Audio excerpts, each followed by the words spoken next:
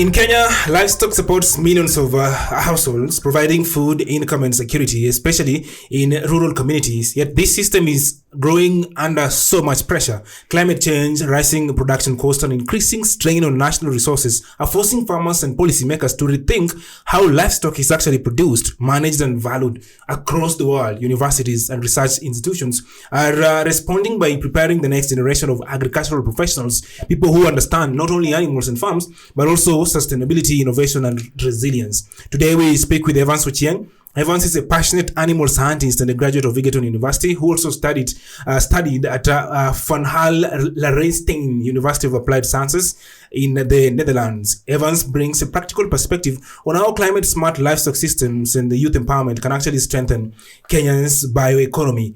What can we learn from his global experiences, and how can youth action be actually turned into something meaningful at community level? And what is the role of the young people in the entire conversation about bioeconomy? Evans, welcome to Toward 2040, the podcast. Thank you so much, Mr. Caleb. How are you doing? I'm very fine. Pleasure to have you here. We've been trying to really get a hold of you for a few days now. Yeah. Thank you so much for making time to really come to speak with us on this podcast. So let's begin. Can you start by telling us what actually drew you into animal science and technology, and why sustainable agriculture became your focus? Thank you so much, Mr. Caleb. To be honest with you, when I was starting my journey in animal science, I was not drawn by anything. Okay. But then, along the way, when I'm studying animal science, okay, after realizing that there are some realities within the sectors in animal science, okay, that is when I developed so much interest into animal science and dug into it and became a sustainable enthusiast. Okay. Because there is, and when we talk about climate change or climate pressure, okay, that there are environmental impact that come with our production or the way we manage our animals, and then things change because whatever we do in farms has to deal with business at the end. So we know there is market volatility and dynamics of the market. Those are things that we have to optimize to ensure that we produce and manage our animals efficiently and sustainably. Yes. Interesting. So you have said that nothing specifically drew you into this area, really. You know, so I really want to know what your approach was as far as agriculture and sustainability was back in the days when there was no education, when there was no exchanges, when there's no curriculum, just in the village. What was your understanding of sustainability? My understanding of sustainability back in the village is that at least we can get something tomorrow when after actually using today's resources. Yes, so that we can tomorrow. Yeah, we have to leave something for tomorrow. Okay. But we don't know how are we going to do it. Okay. Yes. So just having a meal for tomorrow, not a long-term plan or long-term efforts and all exactly. Of that. Okay. We just produce for tomorrow. Yeah. But we don't know how long will it take us. We only know for the shorter period. Yes. Interesting. Now you get to school, you get to Egerton, the passion comes in, and there's just so much to learn, especially in the 21st century. There's so much information everywhere. And of course, I understand that during your time at Egerton University, you held a lot of leadership positions. I don't know if you still work with CASA. Yes, I still work with CASA. Yeah. Yes. What is CASA in full for somebody who doesn't know? Kenya Agricultural Students Association. Okay. Yes. Were you there during the Egerton University Agriculture Week? I organized the first one. Before I leave the university because I was the chair of the FASA as well. Okay. For the second one, I was out because I'd already graduated. Okay. But the first one, I'm the person who organized it. I attended the one that happened this year. Yes. And it really inspired a lot of things in me, especially in the angle of telling stories and all of that. Yeah. Because I saw a lot of innovations, and I felt like there's not really many people who want to tell these stories. Exactly. There were so many people on stage, so many people talking about their ideas and all of that. Exactly. When you organized the first one, what were some of the bio-based innovations that were there under your leadership that you can still think of or remember? Yeah. First of all, Mr. Caleb, what drew us to organize such events or even organize such association? We wanted a practical-based mentorship to students. So that students can already think about very innovative ideas when it comes to biocircular economy. Students can tell us how they can use wastes that we produce, because currently we have a lot of waste, but some can be transformed into useful products. It's like BSF. Exactly. Yeah, so students did a lot of things, like there's a student who came up with some housefly innovation to produce its maggot and be used for other things. The students were conserving so many wastes that can be transformed into very, very useful products. So what was lacking then was a forum that puts together these innovators to really not only just know each other, but also, different partners who come on board and help them push their narratives forward. Yeah. Okay. You are a response exchange at Funhal. I'm trying to really not butcher this name. Yeah, being a Dutch name. Funhal. Yeah, because before we started this interview, I thought it was Van Hal. No. And then you said it was Funhal. Funhal University in the Netherlands gave you exposure, of course, to advance livestock practices. Before we get to the key lessons that you brought back to Kenya, how did this opportunity come about? After studying my animal science here at Egerton, I just got a call from Professor Kai. Because I was a class rep then, told me I need some good students to go and represent somewhere. And then I came to his office. Then he told me about it. Then he picked me and other friends because already we were good. Yeah, so he said... What do you mean you were good? Academically? Of course, because they needed people who can integrate innovativeness into agricultural management. Nice, okay. So then he told us, we have opportunity for you. You are going to do some innovative study in animal husbandry in the Netherlands. And then, that is how it came about. And how many were you guys? We were 3 people. 3. Yes. Okay. So you stayed in the Netherlands for how many years? For 8 months. 8 months. Yeah. How was that experience? Please paint a picture for us how Netherlands, the students there are actually approaching bioeconomy, and how we here in Kenya are approaching it. Is there much of a difference, and why would that be, if there is? Yeah, there is much of difference, Mr. Caleb. First thing, the university I was studying in, the Funhal Lawrence University, is one of the university, or it is number 1 university that is focusing much on sustainability. Number one in the Netherlands. In the Netherlands? Yes, when it comes to sustainability, because when it comes to practical based farming, they actually see farmers going through sustainability, and they also work in policy making that can help farmers. What are some of the policies that they have right there in Netherlands that you say, if we had this one in Kenya, we will improve a lot? The Netherlands, they work with European policies and Dutch policies. Their policies at the market level, sector level, and farm level. If a farmer, so let me talk of farm level. If a farmer is producing sustainably, the farmer will be compensated for a few things that he has used. If a farmer is producing sustainably, they get compensated. Yes, for some other, they have incentives for things they do extra than the conventional, because Netherlands and Europe, they are so much sensitive when it comes to emissions and all that. So when you're doing something that is sustainable, or even protecting our environment, they want to encourage that. Yes, they will encourage that, because the funny thing I saw in the Netherlands, there was a farmer who had 120 hectares actually, 120 and hectares, and 5 of his hectares we had goose feeding on his grass, and the government could compensate for that. That's because that land he was to use in producing pasture for his animals, but now because it is nature inclusive, he is compensated for that. So they have very clear policies. And the policies have the farmers in mind. That's why the issue of compensation also comes in. Yes. And the government is aware.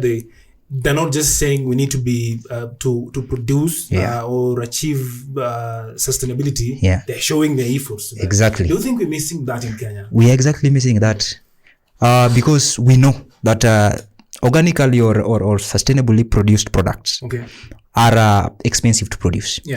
So then in the market, it must be expensive. But we don't have policy in Kenya that is protecting that, the price of the pricing that in the market. Like that one in the market level, the government will protect, because you will be given a seal that you are a planet proof farmer or a product producer. So you use this when you go to the... Yeah, when it is in the market, the price is different. And everybody knows that this one actually need to cost. Yes. So everybody is very transparent and things move on very nicely and policies are upheld. You surely don't want us to talk about transparency. Interesting. So let's get to the lessons that you brought back home as far as circular economy or bioeconomy is concerned. Yeah. A few of them maybe. One of them is precision. Let's talk about precision, Mr. Caleb. People are really afraid of technology when it comes to precision. People are saying equipments are expensive. Yeah. But what we don't know that if we do things manually, we lose a lot. Okay. Than if we do things precisely, so that we achieve maximum. An example I can give you, maybe if you had a plantation of let's say potatoes, and you are going to harvest them manually, you are going to lose a lot per acre. Yes, you are going to lose a lot per acre if you do that manually. If you do it manually, harvesting manually. But what if you use maybe an harvester? Something like that. It's more efficient. It's more efficient. Time and everything is going timely. Let's say now, like in Kenya, with this climate pressure, there's a lot of heat. Season that contains heat is more expanded. And we want to produce, we don't know how much to apply in terms of irrigation. Let's say something like that. So we rely on rain. We are not going to produce. In the long term, our production is going to go down. The president, the other say, sorry for cutting you short. The president, the other said, they said a very, some people think it's controversial when he said that we don't need the rain, we just need water. Is that going into that story of being precise? Exactly. We don't need rain. We need water.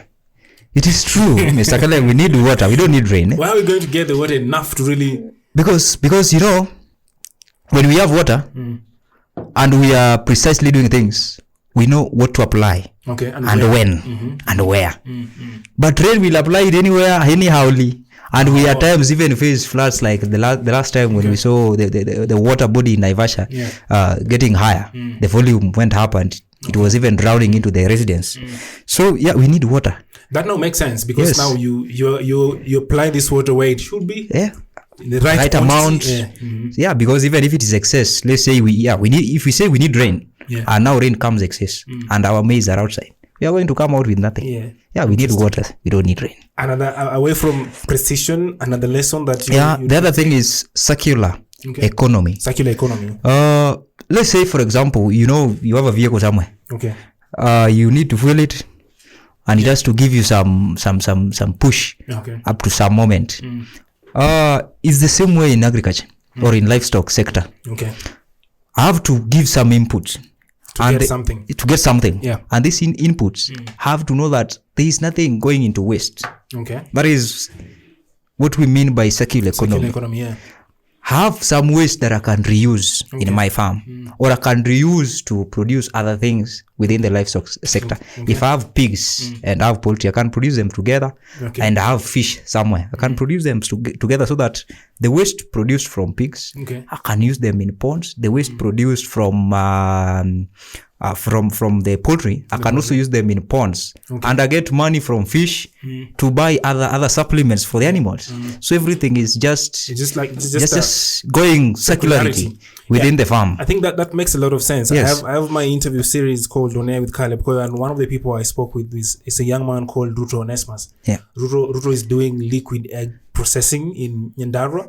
And then one of the things he said is that when they have a machine that breaks the egg, and now somebody will think they only need the liquid part of the egg, but Ruto also said that the shell now is being used again to make feeds. Exactly. So it shows that point that you're just talking about. Exactly. Eggshell is having a lot of calcium. So then instead of going for synthetic calcium or wherever it is going to be drawn, expensive, time consuming, and we can have eggshell broken and then supplemented as calcium source. Makes a lot of sense. So we have precision, we have circular economy. Maybe if you have the last takeaway from the Netherlands. The other thing, for us to maintain the circular economy, our policies have to be clear, Mr. Clare, because these things, they're not just easy to do. Okay. And farmers might even get tired or even say, no, I don't need to do this thing anymore. Okay. I just need to produce something that I can use. But then if a farmer is protected in case I lose here, I can get something here. Okay. They already know that I'm protected. Then they're ready to risk. Yes. What can you suggest in the areas of policy? I know you are a researcher. Yes. I know you are widely traveled. You're learned as well. Yeah. And I know people like you have ideas in mind, that if I was in a position to bring a law or a policy to these people, I'd recommend this particular one. Just something that you've thought about over the years. I would say that if policy was to be made, then some clear policies at market level and producer level have to be clear, like let's say incentives. The farmer has to have incentive to protect farmers who are doing things that are beneficial to the environment, because a farmer who is doing a biosecurity practice does not only benefit himself but benefit the environment as well. So instead of government spending a lot to push about the maintenance of the environment, then we can do it from the grassroots, that is from farmers, from the ground up now. Yes, so then they can provide incentives and all that when it goes to the market, because there is volatility and dynamics. Then there are also some incentives to protect the market. That when the prices are so high or the prices are so low, then our farmers are still able to supply into the market, because those who are selling at the market are already protected. Their prices will not go down so much, and they will not go high so much, because it's already protected. Yes, not that like now that it is just fluctuating the way it wants. So in simple terms, you are saying that these policies that we have right now and the policies that we are discussing at the moment, they should be farmer based. Exactly. We should put the farmers right at the center of these things. If there's something to be pushed, it should be the farmer pushing it, not because somebody has forced them, but because they think and they know and they believe this is actually good for me. Exactly. Do you think we still need to do as a nation much awareness about these policies that we have, existing ones? Exactly, we need to do awareness, because most people doesn't know these things. They're only told when they are found on the spot of bridging one. Yes, and when you are found at the spot of bridging one, then you become so wild. Now you're a victim. Now you're a criminal. And you also become so wild because you don't understand the way it works. Yes, and then the other thing I can say is that for the policy to work, the farmer must understand that whatever he's doing is an enterprise. It's an enterprise. Not an hobby. It's a business. It's not an hobby, because a teacher knows that this is the policy protecting me. Because it is a very organized. There's a structure there, yes. But in farming, people will prefer to go to farming after retirement. You see, when they already understand that this is an enterprise, when I'm getting here, it is like a business, it's like my employment. So then it has policies that are going to guide me. So most people don't really look at this as a business. That's why they don't even care about the policies. Exactly. They don't know what is protecting me. But when we take it as an enterprise or as a business, then I know that you research more about it. You want to know because you're protecting your business. Exactly. What are the most no-brainer policies that every farmer need to know? A Kenyan farmer, policies that we have that they should be knowing about this, but they don't. In the Kenyan policies, let's say a farmer should know what do I need to do, or where do I need to source my things when I'm producing. Let's say inputs. You just source your inputs from baby quacks. When it comes to medicine, you don't know where medicine and who should give medication in the farm. You just see people having aggravates, anyhowly. Then you don't know. You just think everybody can do it as long as they are peer in that field to do it. Don't you think there's a wider conversation now? Because if you're talking about us not knowing where to get the right medicine, the right fit, and all of that, there's so many fake products in the market. And now we come to quality control again. You go to the people who certify that these things are actually safe for farmers to use. Now it's a conversation that a lot of people should be having. Exactly. I would say that maybe in the policy sector, they are trying, because when it comes to medicine, let me give an example for animals. They know that it is the Kenya veterinary board and then the medicine part that approves everything. But then the policies at times are breached, Wow. which then there is no enforcement that is done so much. Okay. And everything starts from self-discipline. When you want a policy to work, You have to. there must be self-discipline. You have to show intention. Yes, I have to know that, yes, this one is made. Yeah. It is made for me, not for somebody. So then I have just to follow it. Okay. Yes. Understand that. Now Yes. let's move to another areas. Of course, still on your journey in the Netherlands. Yeah. Could you share an example of a hands-on experience abroad that could be adapted to strengthen Kenyan's livestock sector and bioeconomy? Exactly. If you want to strengthen Yeah. Kenya livestock sector, in the Netherlands, I did something called farm risk Farm risk. analysis. Okay. That is, in Kenya, the risk we think of so much is disease management. Yeah. When I have some livestock somewhere, I only think that I need to maintain the disease so that at the end I have a product. I have a product. Yeah. But then it should not be so. It should go to comprehensive risk management, like let's say biological. Okay. What is the level of biosecurity in my farm? So that I don't waste a lot even going to the market. Currently we have the issue of AMR. Okay. That is the antimicrobial resistance in humans because of continuous use of medication Okay. or drugs in livestock. Okay. But then if my biological measures are very nice in the farm, then I don't need to go You don't need to go.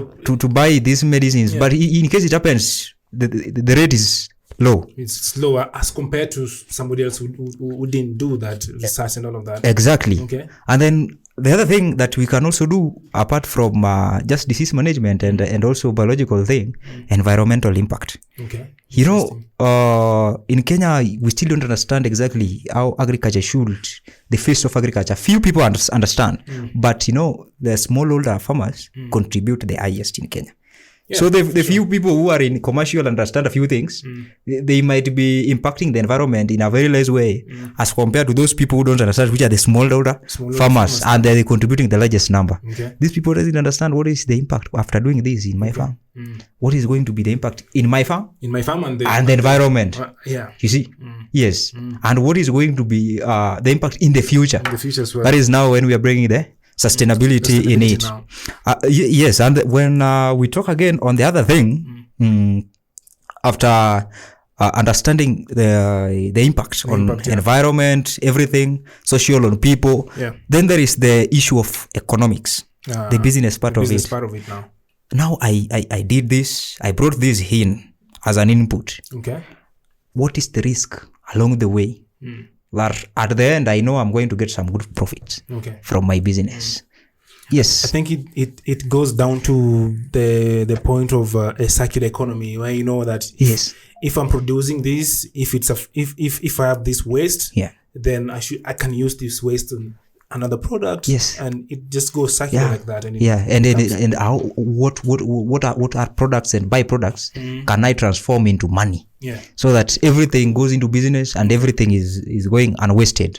So it's a circular economy. Yeah. And also importantly, it's looking at everything that you do as a business. Yes. You don't want to waste. You don't want even waste. Exactly. You don't want to waste. Yes. So that we are sure that the waste we release into the environment is very minimal, so that the environment is not affected so much. Okay. Yes. Interesting. There's a lot of discussion going on right now, of course, about international organizations or just countries in Europe. I was speaking to Ruto Onesmus again, and love to refer to that again, because in our in our interview, Ruto also said that he went to the Netherlands and he learned about eggs and processing and all of that. Now he brought that back here in Kenya. I really want to believe that working with international peers and faculties really influenced your ability to collaborate across different sectors in academia to industry. Coming back, are you already like reaching out to some people? Are you working with some institutions already to really implement all these things that you are saying? Yes, currently I'm working with TagDev. Yeah, TagDev. Yeah, good people at TagDev. Yes, because then after learning about innovation, it is nice to share.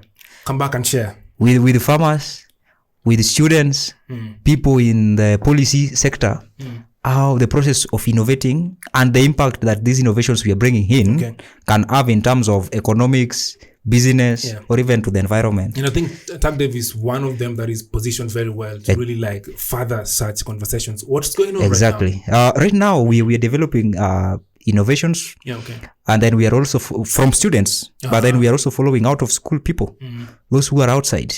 What do they have there? And then we can now tell them, whatever you have, this is how it can be today, and then how can we make it better for tomorrow? Because most of us, we get into businesses or innovations, we come with very good products, but we disappear along the way. The long-term goal is not there. Yes. So people don't have strategic goals, clear strategic goals. So TagDev is a very good platform for me, and currently we are giving some inputs into it to ensure that some goals are achieved, but that are very impactful even to the global world now. That's very good. We are going to talk to Fahad later on, so I'm very sure we're going to touch on those and many more that TagDev is actually doing. But shout out to everybody at TagDev, being led by Professor Nancy and my friend Ian to our comms. Anyway, let's talk about biomass now. Africa has abundant biomass in agriculture, forestry, and processing. What opportunities exist to convert these resources into economic and environmental gains? Exactly. When we talk of the biomass we have abundant. So much. But a lot is going into waste. What we can do, Mr. Caleb, there is something called input and output. That is biomass conversion. Biomass conversion. Yes. Input and output. How much do you give in? And how much do you give out? The abundant we have. You know, somebody's having let's say 30 acres of land, and then you have 2 animals in it. And these 2 animals in it have been there for, let's say, 10 years. Is it really a good conversion? What's the best way to do it? How many years should I have? Like you can already know that 2 can be for starting, but because of the land I have, I need to utilize it very well. So that I need to put animals that can be contained in that land. And then I have some goals that after these years, I'll maintain the animal and the land that I have at equilibrium. You know, so that you don't waste land. You cannot keep 2 animals in a very large tract of land. That one is like you are wasting some other lands that can be used to generate more. Exactly. So what are some of the opportunities that we have here then that a young person would be interested in? Exactly. I will tell young people that because we have good land, the land is not limited, and then we need to get into innovative ways of using the lands. Be creative with our lands. Exactly. Let us be creative with our lands. We don't need to go conventional way, the way we used to do things. And if I have a very large tract of land, I need to just do maize every day. Let us check what other things can I do. Yes. What can be done best here? Yes. People always know that, you know, if I have a land, then if I would keep poultry, I just need to build a house. No. I can use that my land to do poultry in extensively now, so that I don't need to source a lot of feed from the market that is going to increase my cost. I just use the land to graze my animals, supplement them. That is poultry, and then I have a house where they can raise. That is overnight. So that we have extensive poultry production, which is rare in Kenya. Which is very rare. Very rare. Yes. Why do you think it's rare in Kenya? Because people just think that a poultry need a house. Unless there are those ones from home. The scavengers that we have around, the hustlers, we call them human scavengers. We call them the hustlers. They hustle for themselves. But then it is, if we check the production in Pakistan, let's see Pakistan, let's see Indonesia. They have very large tract of land. If you see, you'll see those people, they are doing extensive farming. The land is left for poultry. Yes. Let's do the emerging livestock. The goose, the turkey. They don't need a lot. Let us be creative.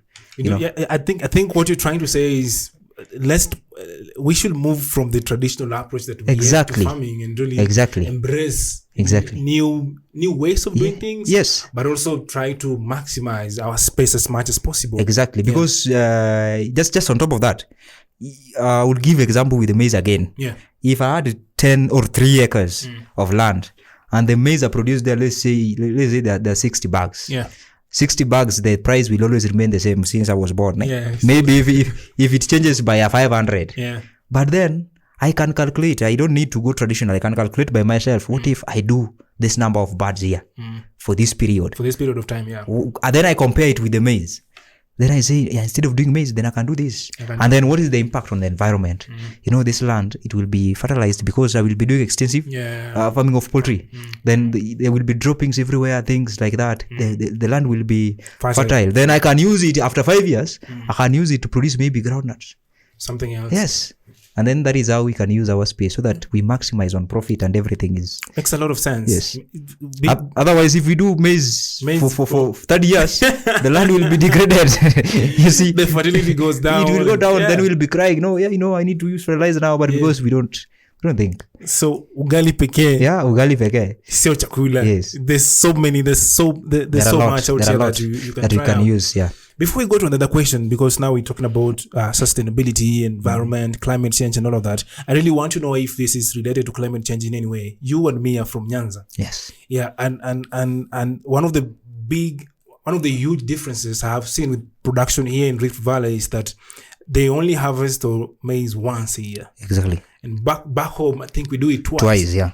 Is this about climate change or what is this about exactly? Oh, for that... It is not much climate change, but it is seasoning. Seasoning. Why can't they season theirs to harvest twice here? What's the difference? We have 365 days, all of us. In the islands, they have longer periods of cold. But then currently, if you see, it's even getting hotter. That is now when we are bringing climate change in. Okay. And then the Nyanza, along the lake, where we used to do 2 seasons. Okay. Because of the heat, the plants can do very fast. And then there's the 2 periods of rains. But then currently, if you check, we can even do 1. But not because the plants take long in the farm, but because we don't have rains for the next season. That is now the climate change now. We used to do 2, but currently most of the areas do 1. They do 1. Because the other season is no longer there. Okay. Yes. And even this other season that is there is not doing better. That is now the climate change that is coming with it. That's why the conversation about climate change now gets in. Yes. I have attended a few seminars or a few discussions where we were lucky enough to have professors who are in agriculture. They're there and people are having conversations. And you listen to them talk and they have studied so much. And they have these findings that they want farmers to actually use.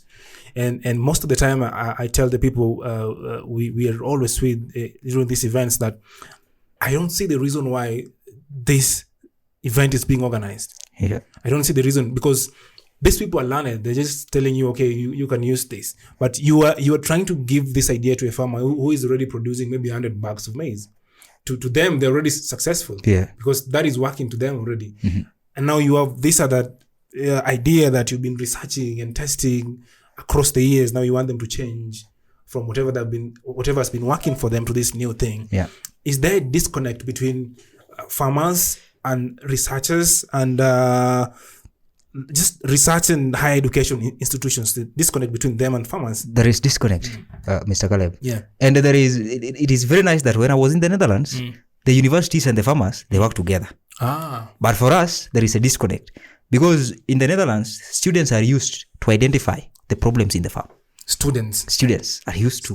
Yes, they're used to identify the problems in the farm. A farmer can just explain, I've been doing this for this. And then the student can go and analyze by doing this, what is the impact? And this farmer how long will the farmer be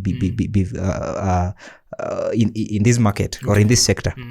But here, the researchers and the farmers, they work independently.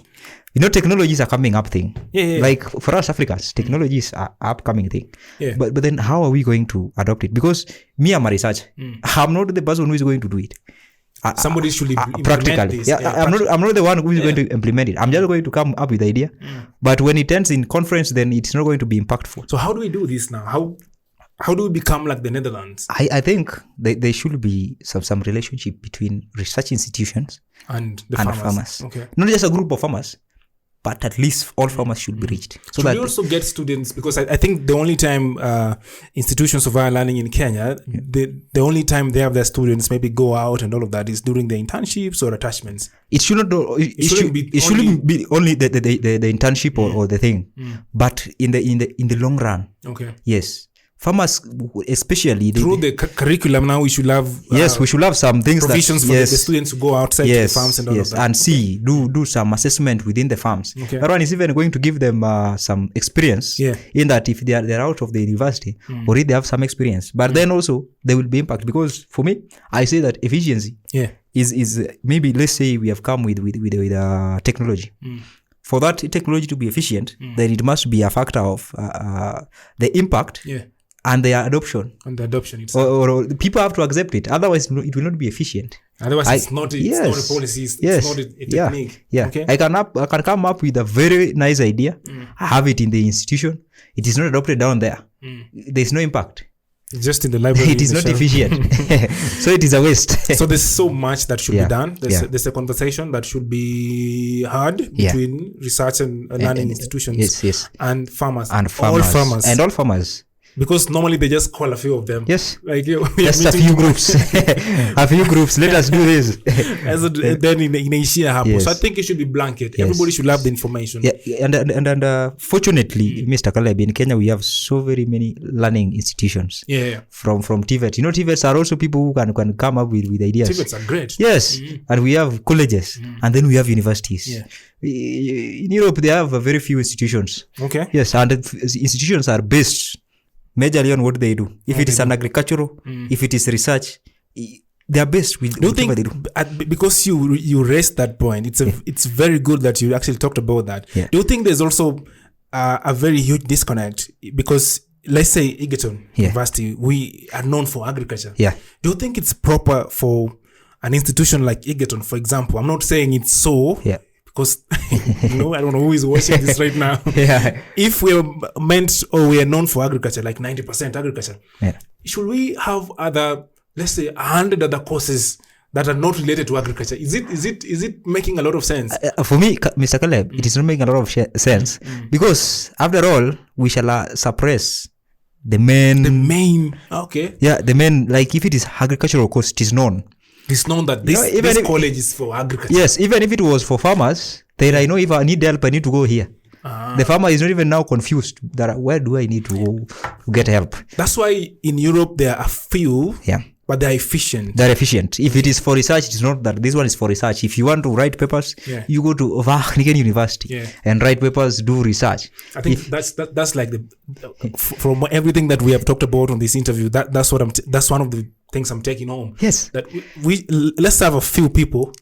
But efficient. Let's have a few, but efficient. It's like going to the Kenya Institute of Mass Communication to do an agriculture course. You know, it is not making sense. To do an agriculture course. Because one thing, the university itself, they will be spending a lot to get resources for the main. So the other guy who is coming for the other course will not have enough resources as in the other universities. Let's say you go to a university that is measuring much on education and you want to go and do medicine there.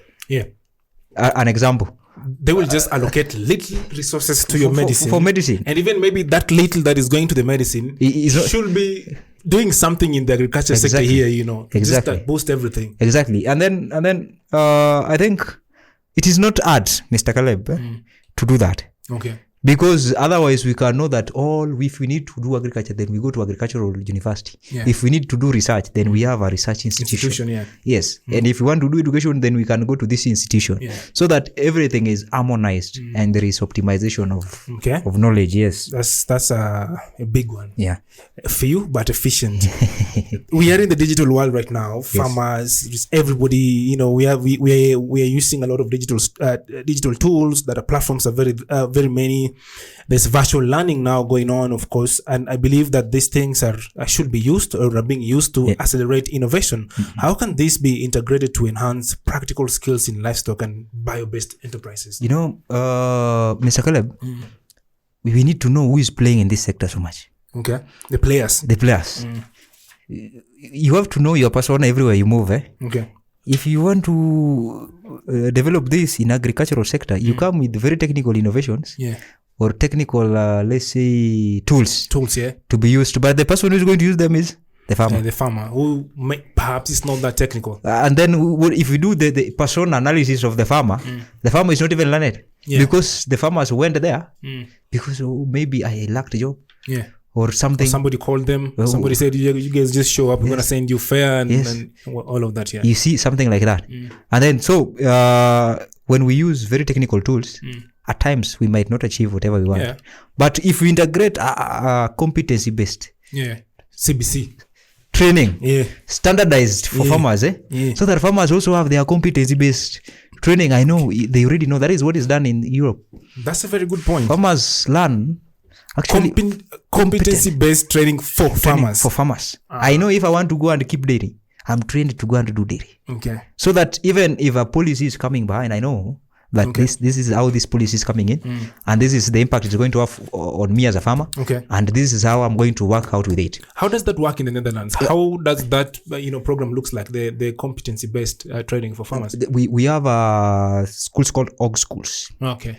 OG schools are training institutions that are practical based for farmers. Okay. So if you get to the Netherlands, most of the farmers will tell you, I studied in this university. This university is always one university that they studied from because it is for competence-based training for farmers. And then there is for business. You don't need to become a BA.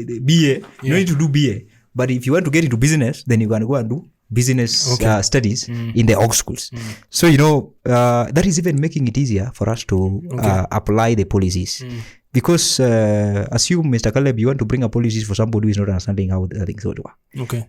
First of all, it will take time for you to maybe enhance that policy within that sector. It's going to take time because procedures. Let us just go back to history in Kenya when we wanted to do vaccination. It was a big story. The government politicized it and all. The government knows what they want to do.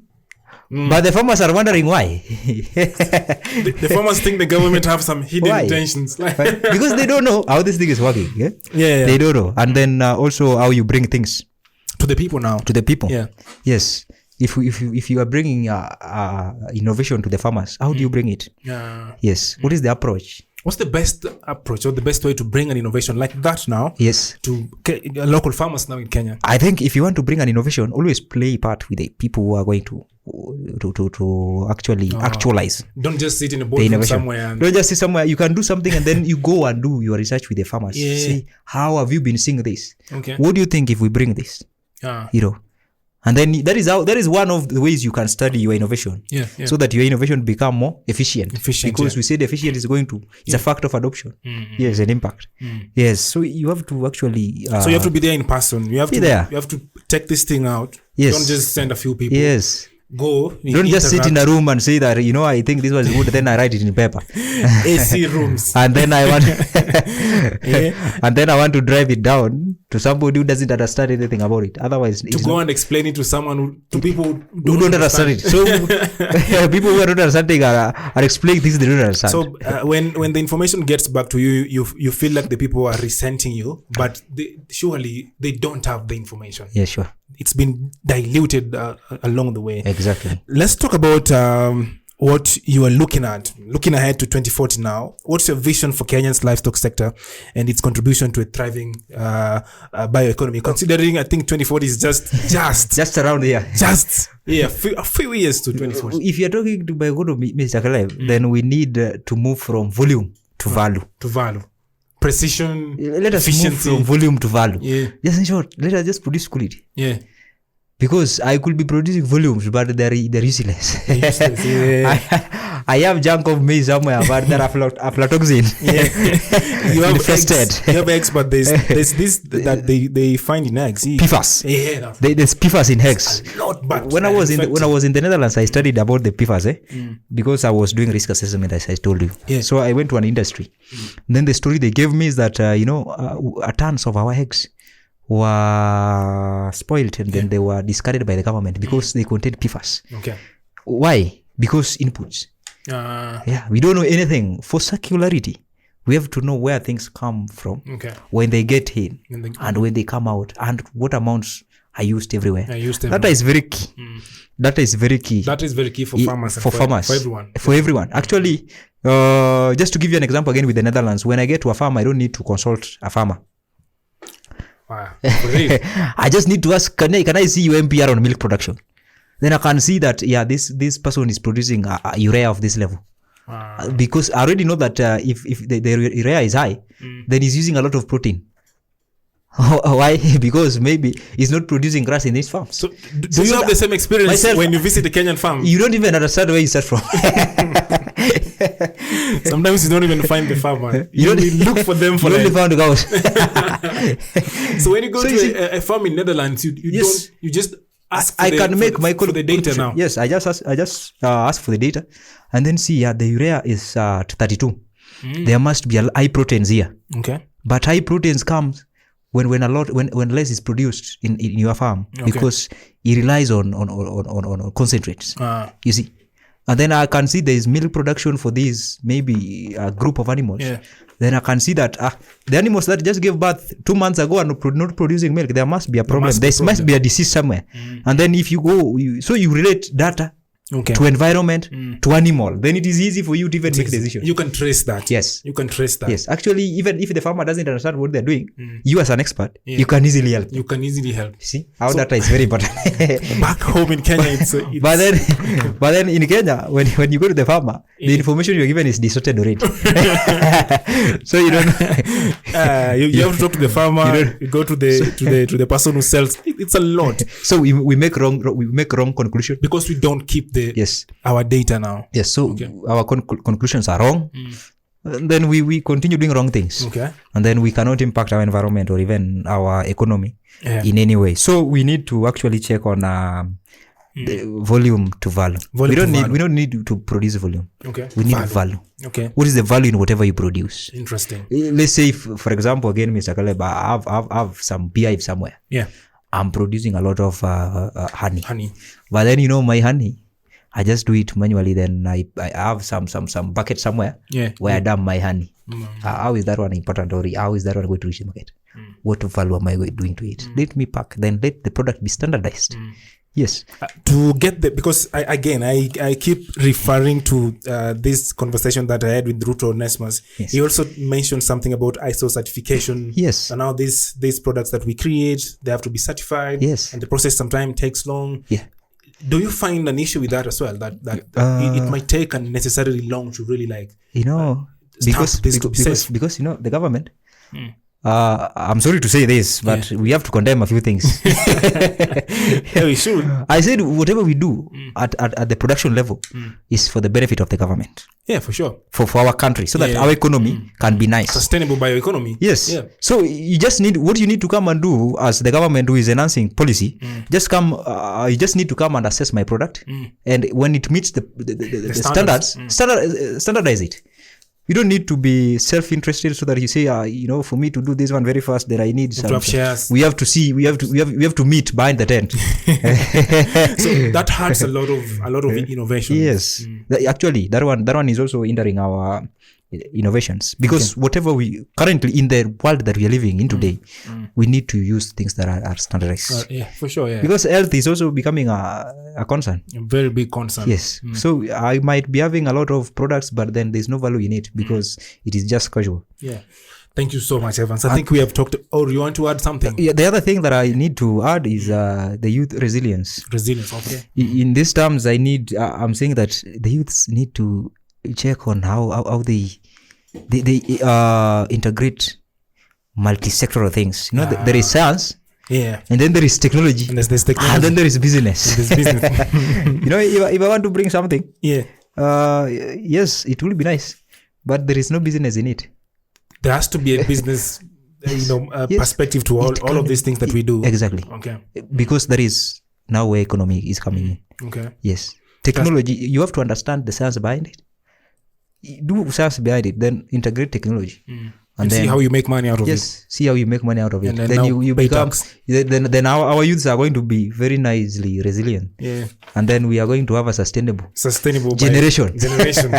Now and in 2040. Yes, now and in 2040. Evans, thank you so much for taking time to come and speak with us. I've learned a lot from this, to be honest.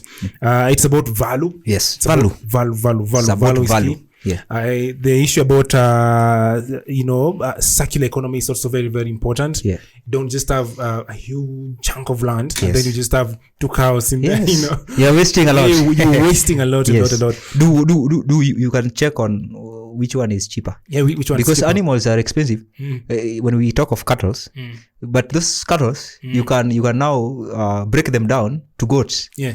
So that the goats can feed their land. Yeah. Then you produce higher. I have a friend of mine in Narok. Yes. He runs this. I don't know want to call it a company, innovation or something. Maybe a startup. Yeah. That he says that it's not a must you have your cattle in your homestead. Yes. Now they have a piece of land where everybody can bring their milk producing cows together. So you just need to pay a small fee. And then at the end of the day, or at the end of the month, we will give you the money that you are from. But we have to deduct feeds and all of that. Coincidentally, I was discussing with somebody from the northeastern region. Yeah. Such idea. I was telling this person, in your area, you guys rely so much on pastoralism. Yeah. Farmers doesn't produce equilibrium. Everybody produces the way they think. But now that you have come and studied livestock things, what you need to go and do, have a company somewhere. Yeah. So that if they don't know how to produce milk, let them bring those what can produce milk. What can produce milk? So that you produce milk. Let them just be getting their money. You actually don't need to own any animal. Yeah. You just need to own a land. And then the knowledge. Then so you run a company. Will just so they bring the animals. You know that this farmer has 2 animals in this company. Yeah. This farmer has these 2 animals in this company. You produce. And we have spent this amount of money on the feed. Exactly. I think it goes back again to data, Yeah, everything. That company has to be run with the data. Yeah. If there is no data, then the company also should be closed.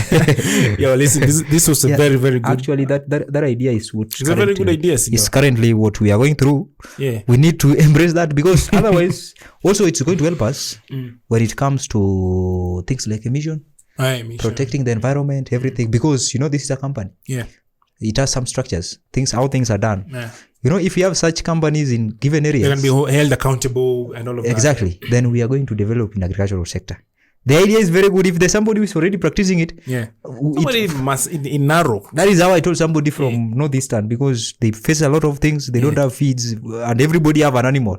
Let them give you that animal so that you can bring the animal. You can produce. You will produce for them. Yes. Now I think if there's anything that we have not talked about or we have not touched, then feel free to share before we actually finish this interesting interview. Yeah.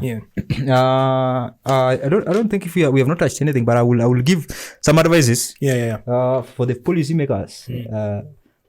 In that when we are making policies, we need to do a referendum. Let us see what is happening down on the ground with the people. Let's see what is happening with the people, and then we can make the policies. Then let us have policies because we have a value chain in agriculture. Let us have policies that protect every point of a value chain. Every point of that is what I saw in the Europe, and it is nice to embrace it here for us that we are developing because we wish to reach there. Yeah, for sure. Yes, for us to reach there, then those are things that we have to bring in. Okay, you see, we have if it is a farmer's level, what is happening at the farm level. And what are the policies? And how does they work? Farm, markets, every market is the determinant of everything. Yeah. When supply is too much there, then the prices are down. Then the farmers are demoralized to produce. Yeah. But when we have maybe let's say like a protective or incentive to the people in the market, so that even if the supply is too much, in that the prices are going down, they're not going down so much, so that everything is at equilibrium.